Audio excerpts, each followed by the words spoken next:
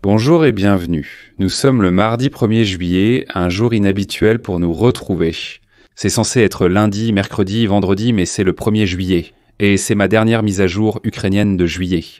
Je serai de retour pour vous le 1er août, alors notez-le dans votre calendrier pour ne pas me manquer.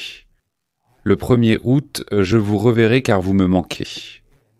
Aujourd'hui, nous débutons avec un superbe tableau illustrant les pertes russes. Et vous savez que vous avez fait quelque chose de bien dans votre vie quand vous vous retrouvez sur ce tableau. C'est un bon tableau sur lequel figurer. Comme mentionné hier, voici les 3 hélicoptères de l'attaque de la semaine dernière. Les Ukrainiens ont attaqué 2 aérodromes russes. L'un d'eux a perdu des Su-34, l'autre a perdu 3 types différents d'hélicoptères, Mi-8, Mi-24 et Mi-28, et ces hélicoptères ont fini sur le tableau des pertes russes. Quelle belle manière de débuter votre mardi. Félicitations, mes amis. D'ailleurs, la seule fois où j'ai décidé de faire une vidéo, les Ukrainiens sont devenus fous ce mardi-là. Ils ont lancé l'une des plus grandes attaques combinées de drones et de missiles contre la Russie. Toute la Russie, on va en parler. Mais avant, je veux jeter un œil sur les lignes de front. Parce qu'on reçoit encore de bonnes nouvelles de l'offensive de Soumy, l'offensive russe, qui est en train de reculer en ce moment. Ils font marche arrière, ils reculent. C'est ce que je voulais dire. Vous voyez, nous avons de nouveaux rapports indiquant que les Ukrainiens sont entrés à Alexeïevka, comme le disent les Ukrainiens. Ils viennent de libérer Andreïevka, ce qui signifie que les Russes reculent vraiment. Voici la carte militaire. Mes amis, donc je vais juste dézoomer un peu pour vous donner le contexte de l'ampleur de l'offensive de Soumy en fait. Et voici la ville d'Olexivka, comme le disent les Ukrainiens. Et vous voyez cette flèche rouge indiquant que les Russes frappent vers le sud. Eh bien, en réalité, ils frappent vers le sud à l'envers. Cela signifie que les Ukrainiens frappent vers le nord. Ils sont à la périphérie de ce village d'Olexivka, remontant vers le nord depuis la route principale. Ce n'est pas une autoroute, c'est une route de village, soyons honnêtes. Mais ces champs sont déjà sous contrôle ukrainien, pendant que nous parlons. Après la libération d'Andriivka, les forces ukrainiennes ne sont pas entrées dans Olexivka, exerçant une pression significative sur les forces d'occupation retranchées là-bas. Et avec cette nouvelle, je veux vous lire ce que les Russes en disent eux-mêmes. Je veux vous lire les discussions sur Telegram des Russes, parce que vous savez, le contenu le plus intéressant, le plus piquant et le plus salé vient bien sûr du fait que ce sont les Russes eux-mêmes, sur le terrain, qui voient les Ukrainiens avancer et en parlent sur leur chaîne Telegram. Ceci est une chaîne Telegram. Officier de sécurité biélorusse, très bien. Aujourd'hui, j'ai regardé plusieurs vidéos tournées par notre groupe, qui était à moitié encerclé dans la zone d'Alexeïevka, Andreïevka, dans la direction de Soumy. Quelle viande y a-t-il? Ils appellent leurs propres troupes de la viande. Je veux dire, laissez ça vous interpeller. Tous les débarquements se font encore. Un travail actif est en cours dans la zone de ces villages. Nos troupes ont stoppé la contre-attaque ennemie et progressent de nouveau.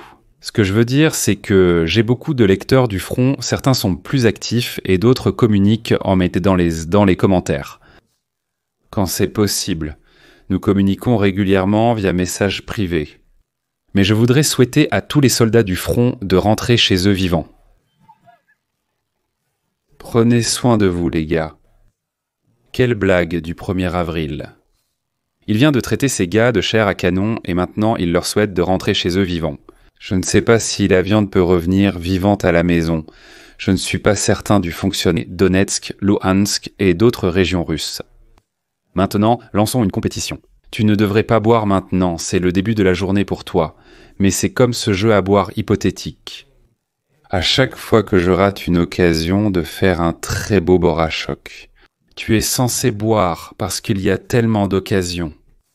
Tout d'abord, nous allons à Ijevsk. C'est une ville à 1300 km de la frontière russe.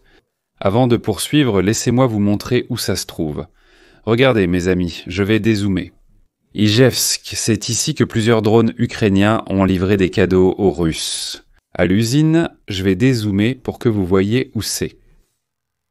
Et boum, regardez, c'est en plein cœur de la Russie profonde, donc on peut dire que les Ukrainiens ont pénétré profondément à l'arrière de Poutine. Et Poutine a vraiment apprécié cela. Très bien, donc tu ne pouvais pas boire là-bas parce que j'ai fait la blague sur BORA. L'Ukraine n'a pas le droit de frapper les raffineries de pétrole en Russie, alors elle détruit tranquillement les plus grandes entreprises du complexe militaro-industriel russe. À la place, ce magnifique incendie vous a été offert par l'usine électromécanique Koupol à 1300 km de l'Ukraine. Koupol fabrique les systèmes de défense aérienne M2E Sama M1 et A, un avion à réaction. Un avion à réaction sur ta langue. Comment dis-tu que c'est français dans ton tunnel? Des complexes d'entraînement et des services de maintenance pour eux. Elle produit également des gyroscopes, des nanocomposites, des matériaux ultra purs et des équipements pour l'énergie nucléaire, l'extraction pétrolière et les distilleries. Et bien sûr, qu'est-ce qu'un texte sans aucune image? Regardons cela. Ichevsk, mes amis, vous. Le premier mot que vous entendez dans le dialecte russe à Ichevsk, c'est vous. Si vous savez ce que cela signifie, vous savez. Sinon, c'est comme ça. Cela veut dire « quelle belle journée ». Et le deuxième mot est ce qui signifie, encore une fois, « quelle journée merveilleuse ». À faire, c'est le troisième. Le gars dit 3 mots dans cette vidéo, et ce sont les 3 mots qu'il choisit. Tu as acheté Huena un affaire. Je ne vais pas les traduire. Parce que je ne veux pas être banni à vie. Maintenant, mes amis, nous voyageons à Luhansk, en Ukraine occupée. Beaucoup de drones ukrainiens ont livré des cadeaux la nuit dernière dans cette zone. J'espère pouvoir vous montrer cela, mais les incendies étaient impressionnants. Si j'étais russe ou ukrainien, vivant dans la ville ukrainienne occupée de Luhansk, j'aurais envie de faire un barbecue. J'achèterais toute la viande, j'irai près de ce feu et je ferai griller ma viande sur un beau barbecue industriel. Parce que les drones ukrainiens viennent de rendre cela possible. Regardez comme c'est magnifique. Et ça continue d'exploser, de brûler, de clignoter, et ça symbolise simplement la liberté à travers cette lumière. Magnifique, très bien, bien. Je peux très bien imaginer Borat entrer dans ce van et dire « Maintenant, mes amis, nous allons vers quelque chose. » Comme mentionné dans la vidéo précédente, j'attends cela depuis longtemps. Yasunuvata, c'est une gare logistique, une gare ferroviaire, un terminal, un centre logistique. Dans l'oblast occupé de Donetsk, les Ukrainiens auraient utilisé des missiles Storm Shadow. Nous ne pouvons pas confirmer cela, mais les explosions étaient extrêmement énormes. Regarde cette boule de feu. Si seulement je pouvais la boire, je le ferais. Et bien sûr, nous avons des habitants qui filment tout ça pour nous, afin que nous puissions passer un beau mardi, un joli 1er juillet. Ça explose, tout s'est passé en une seule nuit d'ailleurs. En plus du centre logistique ferroviaire de Yasunuvata, le centre logistique ferroviaire. Les Ukrainiens ont également envoyé des drones et des missiles dans la ville de Donetsk, dans une usine métallurgique qui produit des composants clés pour les drones et les missiles. Ça, c'est vraiment impressionnant si j'en ai déjà vu un, et d'ailleurs, avec cela, le centre logistique ferroviaire à Yasunuvata. Je veux juste vous montrer, même la nuit, quand on ne voit que la belle et magnifique boule de feu, on peut quand même voir les drones faire leur travail remarquable. Attendons un peu, regarde ça. Qu'est-ce que c'est? C'est quoi? Est-ce un oiseau? Est-ce un avion? Est-ce le Père Noël? Mort, Moros ne l'est pas. C'est un drone ukrainien, avec le visage de Poudano qui glisse tranquillement dans le centre logistique ferroviaire militaire de Yasunubata, faisant un gros boom que vous pouvez voir en ce moment. Oui, de rien mes amis, je viens d'égayer votre mardi. En fait, ces drones spécifiques ont une particularité. Ce sont des drones lutte. C'est un type spécifique de drone kamikaze à longue portée et à voilure fixe. Certaines personnes m'ont vraiment critiqué parce que je les appelle bruyants et lents, mais mes amis, ils sont bruyants et lents. Les sèche-mains sont conçus pour être bruyants et lents car c'est la méthode de fabrication la moins coûteuse et la plus facile à produire en masse. Regardez ça. C'est un drone lutte, il est bruyant, il est lent, mais il fait le travail. Il vise à être abordable et facile à produire à grande échelle, ce qui le rend bruyant et lent. Parce qu'il faut investir plus d'argent pour le rendre silencieux, il faut investir plus d'argent pour le rendre rapide. Ils ne font pas ça, ils veulent juste le chiffre, donc il est bruyant et lent, mais remarquez qu'il n'a pas de train d'atterrissage. Voilà le truc. Ils les ont probablement lancés avec des systèmes de catapultes, sans roues, sans piste, juste catapultés depuis l'arrière des camions. Vous l'avez déjà vu, ils le font avec des drones particuliers. Certains ont des roues, d'autres sont catapultés. C'est comme ça que vous savez quand et où ils ont été lancés. Parce qu'en fonction des différentes zones de front, ils ont des systèmes de catapultes pour eux. Ou ils utilisent des pistes, vous savez, des autoroutes ou quelque chose comme ça, mais dans ce cas, il n'y a pas de roue, donc on sait qu'il a été catapulté. Oui, c'est bruyant et lent. Ça va à 100 km/h maximum, souvent plutôt 70 ou 80. On ne peut pas aller plus lentement que ça, et il vole bas, donc c'est bruyant, lent et bas. C'est bien ça, mais cela nécessite d'être présent, contrairement à mes amis. Son objectif n'est pas d'être rapide, invisible et de voler haut, son objectif est d'être produit en masse. D'ailleurs, avec cette attaque massive de drones et de missiles, certaines régions russes ont connu leur tout premier, très beau moment. Parce qu'à Astrakhan, par exemple, à 800 km de la frontière ukrainienne et des lignes de front, ils n'avaient en fait jamais utilisé leur sirène d'alerte aérienne pendant toute cette invasion à grande échelle. Pour la première fois depuis le début de la guerre, l'alerte aérienne a été déclenchée, leur donnant l'occasion d'agir. Voici Astrakhan, situé à cette distance de l'Ukraine. Je veux vous le montrer. Je suis même surpris qu'ils aient une sirène d'alerte aérienne parce que voici à quoi cela ressemble vraiment. La photo du bas ici montre à quoi cela ressemblait il y a 150 ans. La photo du haut montre à quoi cela ressemble maintenant. Et il n'y a aucune différence entre ces photos. Parce que c'est l'un des villages russes, parmi des milliers et des dizaines de milliers de villages et de villes, qui n'a pas changé. Du tout au cours des 150 dernières années. Waouh, mais maintenant le plus gros choc car vous pouvez voir ici de nombreux bâtiments en feu. Parce que nous savons que c'est le quartier général de la 8e armée combinée de la Russie et il a été touché par un Storm Shadow. Et les Russes disent dans cette vidéo, oui ça a frappé fort. Insérez ici une blague à sous-entendu sexuel. Regardez, on dirait dès que la petite maison a été soufflée. On peut toujours compter sur les Russes du coin pour faire des commentaires. Bon business. Je ne peux pas traduire ça. Désolé les amis.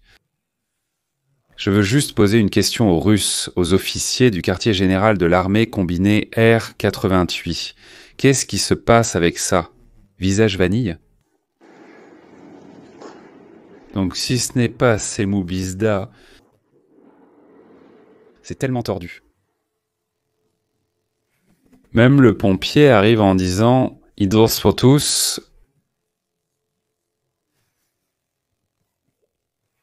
Attention au langage, s'il vous plaît.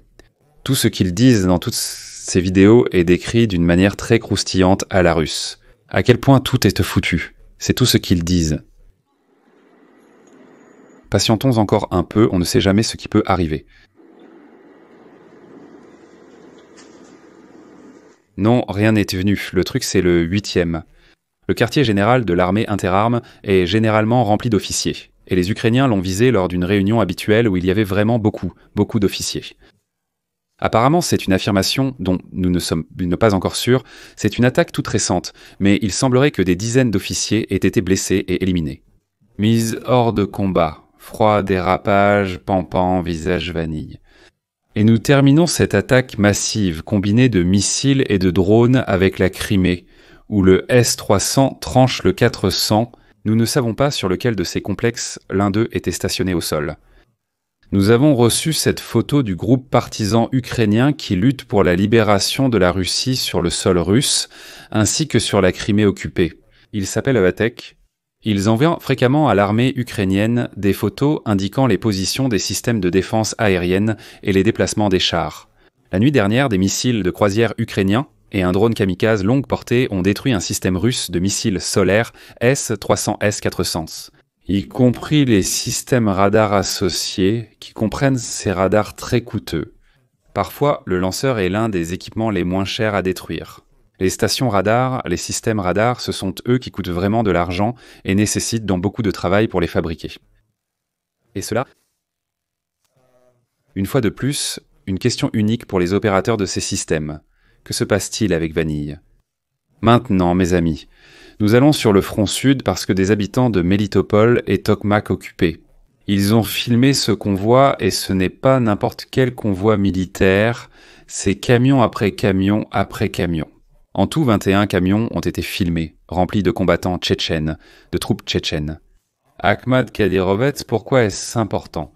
Parce que nous savons que les Kadyrovets ne sont jamais utilisés en première ligne, jamais utilisés dans des opérations offensives et presque jamais utilisés dans des opérations défensives. Parce qu'ils sont nuls au combat. Ils sont horribles, ça. C'est vraiment des incapables. Alors, qu'est-ce qu'ils font habituellement? Parce qu'en Russie, les Russes ont peur des Kadyrovtsi, parce qu'ils ont un statut semi-spécial en Russie, personne ne peut les toucher, parce que Poutine leur a donné le mandat. Ils sont utilisés comme le commissariat du peuple aux affaires intérieures en tant que troupes de barrage. Vous savez, c'est le fameux ordre de Staline, pas un pas en arrière. Ces Kadyrovites font exactement la même chose en ce moment dans cette opération à grande échelle.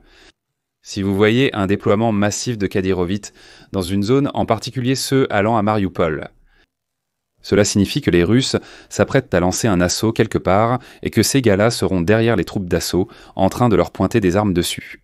Pas pour battre en retraite et garantir l'ordre sur le front, parce que ces gars-là, ils sont vraiment doués pour exécuter.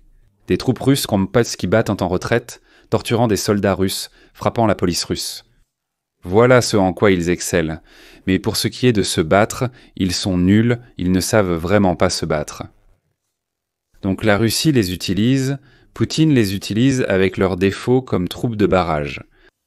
Donc oui, il se passe quelque chose dans le sud, le temps nous le dira. Ce que c'est, vous le découvrirez en août.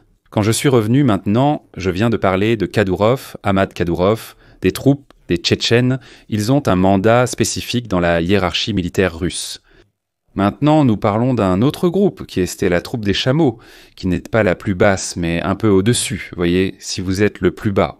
Votre Storm Z, votre chair à canon, vos Izgoy, vous serez simplement envoyé pour gaspiller les munitions ukrainiennes.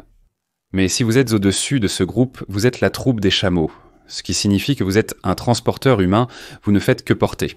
Cette vidéo montre une bonbonne de gaz utilisée pour préparer de la nourriture sur le front. Ils transportent simplement tout, nourriture, eau, munitions. Ce sont simplement des chameaux physiques, c'est ça leur existence sur le front. Et vous pouvez le voir en action juste ici. Troupe de chameaux. Ceci est, je suppose, de l'eau ou de l'essence ou du diesel, je pense que c'est de l'eau dans ces bidons.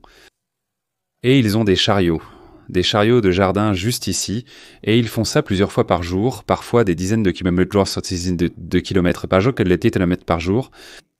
Ce ne sont que des chameaux, rien d'autre dans l'armée russe. Voilà comment ça fonctionne. Donc, il y a différentes castes dans la hiérarchie de l'armée russe. Vous avez les Storm Z, les plus bas de l'échelle, puis vous avez les chameaux. Tout en haut, il y a la Rosguardia et les Tchétchènes, qui sont les troupes de barrage. Qu'est-ce qui s'est passé ici? Tu as fait tomber ton vélo? Qu'est-ce qui t'est arrivé? Tu as été touché?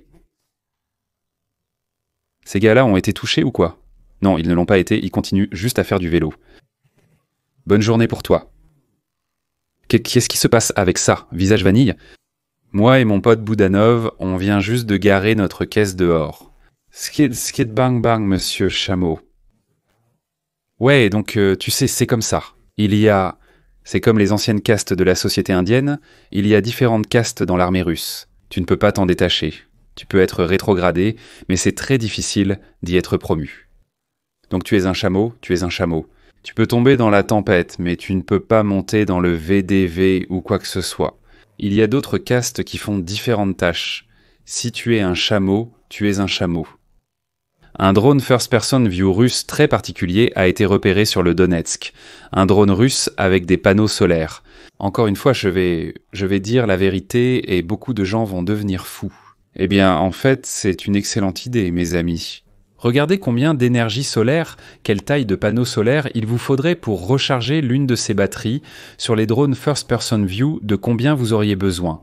Combien de temps il vous faudrait pour la recharger. Ce panneau solaire ici n'est même pas suffisant pour recharger ma calculatrice. Non, ce ne sont pas des panneaux solaires.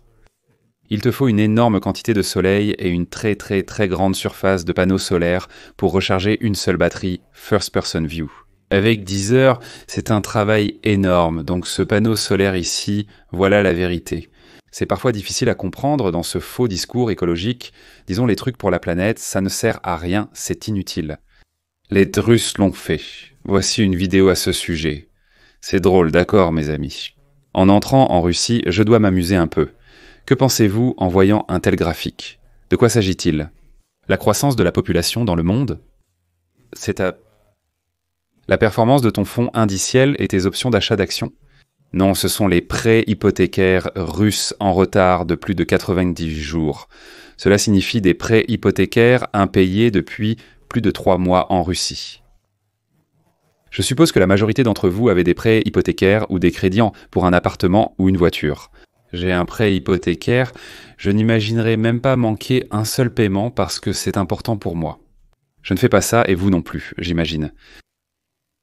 Ce graphique représente les personnes et les pourcentages de prêts hypothécaires dont les paiements ont été manqués pendant 3 mois et quelques jours. Ce qui est augmentant exponentiellement actuellement. Ce qui vous donne une idée de la faiblesse dangereuse du marché immobilier russe en ce moment. Je n'ai rien d'autre à ajouter. La plupart d'entre vous avaient plus de 40 ans. C'est l'hypothèque...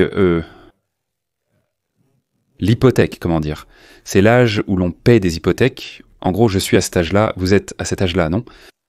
Vous comprenez ça, Fromkozisamant? Manquer 3 mois ou plus de paiement d'hypothèque? Moi non, mais ces Russes, oui. Et cette courbe continue de monter et ces banques ne reçoivent pas leur argent. Et ces problèmes vont se transformer en quelque chose de beaucoup plus important, en quelque chose d'autre lié à ce sujet. Nous avons vu une vidéo que je ne vais pas regarder entièrement montrant une escadrille complète.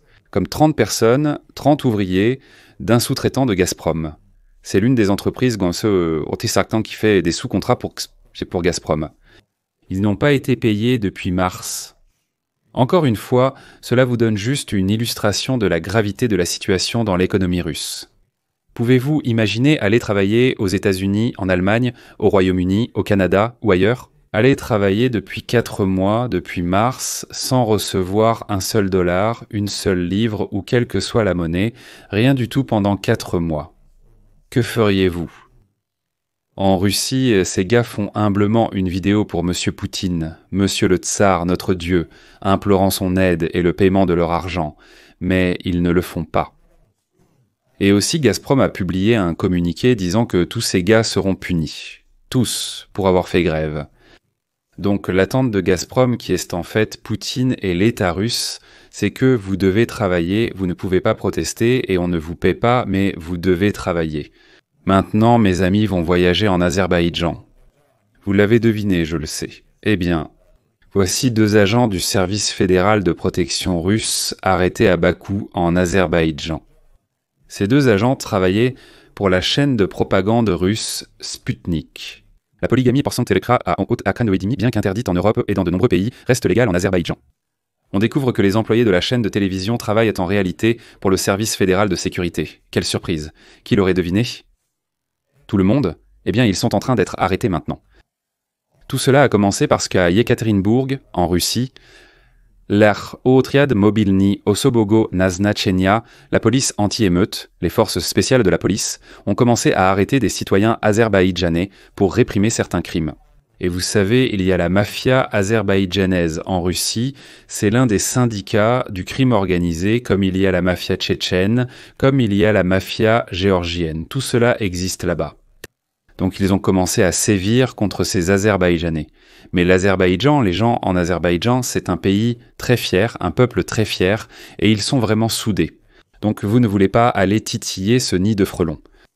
Immédiatement, ils ont riposté en arrêtant des agents russes, des agents de Sputnik. Et puis, sur la plus grande chaîne de télévision azerbaïdjanaise, l'animateur a dit ceci, et je cite, « C'est important parce que la Russie considère l'Azerbaïdjan, l'Arménie et toute cette région comme faisant partie de son empire. » Voyez maintenant, je vous cite la plus grande émission de télévision azerbaïdjanaise. Que s'est-il passé, monsieur Poutine? Êtes-vous tellement inquiet? que l'Azerbaïdjan soit devenu un État fort et récupérer des terres et restaurer sa souveraineté, se défendre dans ses intérêts et que le président Ilham Aliyev soit reconnu mondialement? Vous avez l'habitude de dominer les gens et de les inclure de force dans la Russie. Que ce soit à l'époque tsariste ou soviétique, les Russes étaient la race dominante, les autres, c'était un pro de seconde classe. Même si ces empires ont disparu, cet état d'esprit persiste. Dans le passé, Staline utilisait le commissariat du peuple aux affaires intérieures, maintenant Poutine utilise l'OMON. L'année 1937 continue plus dure et plus grave. Mais est-ce que le Kremlin comprend qu'on n'est plus en 1937 ? Les anciennes républiques soviétiques sont indépendantes depuis plus de 30 ans. L'histoire se souvient de tout, notamment des répressions staliniennes. Le 20 janvier Kouyiali, 30 ans d'occupation ont été endurés, non seulement par l'Arménie, mais aussi par les mains de la Russie. Oui, ils y vont. Face à face avec l'Arménie et l'Azerbaïdjan, d'accord, mais cela signale encore une fois l'éloignement de l'Azerbaïdjan de l'influence russe. Le Kazakhstan fait la même chose de l'Azerbaïdjan, le Kirghizistan, ce sont tous les pays d'Asie centrale que la Russie considère simplement comme sa zone. Il s'éloigne, il se tourne vers la Chine et vers l'Occident, mais s'éloigne de la Russie. Cela ne fait que signaler le début de la fin pour l'Empire russe, tel que nous le connaissons. La Corée du Nord et la Russie ont publié quelque chose de très étrange, selon mes amis. Cérémonie conjointe, au cours de laquelle ils ont commémoré ou honoré les Nord-Coréens qui ont péri en occupant l'Ukraine. Ils étaient environ 4 à 5 000, et ici nous pouvons voir Kim Jong-un. Le même gars qui est allé sur le soleil d'ailleurs, il y est allé la nuit, donc ce n'était pas si lumineux. Mais oui, il est très triste ici, versant une larme pour les soldats tombés de la Corée du Nord. Et les gens pleurent aussi. Et un peu plus. Et je vais commencer à pleurer parce que c'est un peu à cause de la gêne. Mais les Russes et les Nord-Coréens organisent maintenant ensemble cette cérémonie commémorative pour les soldats nord-coréens tombés au combat. En même temps, Kim Jong-un a l'intention d'envoyer environ 5000 soldats supplémentaires en Russie pour servir de chair à canon. Encore une fois pour mourir de la même manière, afin qu'ils puissent organiser une autre cérémonie. Qu'est-ce qui se passe avec ce visage asiatique pâle ? Je ne sais pas, j'ai peut-être offensé pas mal de gens en ce moment, je ne suis pas sûr que ce soit ça. Mes amis, si vous êtes encore là, merci, et s'il vous plaît, revenez le 1er août. Au fait, environ 6 vidéos que j'ai filmées seront disponibles pour vous en juillet. Ce sont des vidéos d'analyse approfondie sur des unités russes spécifiques, ou leurs capacités, ou sur des unités ukrainiennes, ou sur la situation financière de la Russie. Vous les recevrez si vous êtes membre de la chaîne 3 de ces vidéos ont déjà été programmées pour les membres, donc ne vous inquiétez pas, vous aurez du contenu. Mais les mises à jour sur l'Ukraine reprennent encore jeune et que j'essaye de trouver un peu de repos, parce que la guerre ça affecte mon cerveau, j'ai vraiment besoin de me reposer. À bientôt. On se voit le 1er août les amis, soyez de retour d'ici là, sinon je vais pleurer.